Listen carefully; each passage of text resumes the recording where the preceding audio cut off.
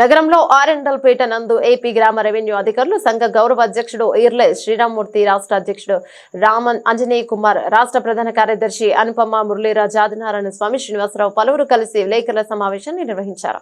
అనంతరం గ్రామ రెవెన్యూ అధికారులు సంఘం రాష్ట్ర అధ్యక్షుడు ఆంజనేయ కుమార్, రాష్ట్ర ప్రధాన కార్యదర్శి అనుపమతో పలువురు సభ్యులు మీడియాతో మాట్లాడుతూ రాష్ట్రంలో వీఆర్ఓ సంఘాలన్నీ ఒక జాయింట్ గా ఏర్పడి సమస్యలను ప్రభుత్వం దృష్టికి తీసుకువెళ్లేందుకు సమావేశాన్ని ఏర్పాటు చేసినందుకు తెలిపారు. కూటమి ప్రభుత్వం ఏర్పడి 9 మాసాలు గడుస్తున్న ఉద్యోగులు డిఏ పిఆర్సీ కమిషన్ వేసేందుకు ముందుకు రాలేదన్నారు. గ్రామ సచివాలయాలు క్రమబద్ధీకరణ పేరుతో మార్పులు చేర్పులు చేసేందుకు సిద్ధంగా ఉండటంలో వీఆర్ఓలు ఆందోళన వ్యక్తం చేస్తున్నారు. క్రమబద్ధీకరణ చేసే సమయంలో ఉద్యోగ సంఘాలతో చర్చలు జరిపి గ్రౌండ్ లెవెల్ చర్చిస్తే మరలా తప్పులు జరిగేందుకు ఆస్కారం ఉంటుందన్నారు. ఒకే పని విధానం ఉన్న వాళ్ళకి ఒకే గ్రేడ్ ఉండాలన్నారు. పంచాయతీ ఈవోల పరిధి క్లస్టర్ ఇన్ఛార్జ్ పెంచాల్సిన అవసరం ఉందన్నారు. మండలాల్లో జూనియర్ అసిస్టెంట్ లేని పరిస్థితి నెలకొంది.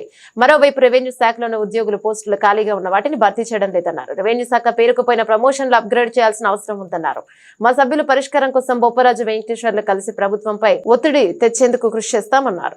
సమస్యలని ప్రభుత్వం దృష్టికి తీసుకెళ్ళడానికి ఈరోజు సమావేశం జరిగింది. అనేక అంశాలని ఇక్కడ చర్చించి వివిధ జిల్లాల నుంచి వచ్చినటువంటి జిల్లా నాయకులు, రాష్ట్ర కార్యవర్గం చర్చించి కొన్ని నిర్ణయాలు తీసుకోవడం జరిగింది. అందు ముఖ్యంగా మరి నూతన ప్రభుత్వం, ఉమ్మడి కూటమి ప్రభుత్వం ఏర్పడిన తర్వాత సుమారు 9 మాసాలు అయింది.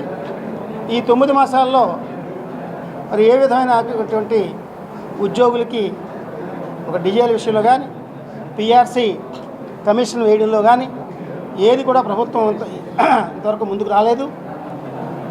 ఇది ఇలా ఉండగా మరలా గ్రామ సచివాలయ వ్యవస్థకు సంబంధించినటువంటి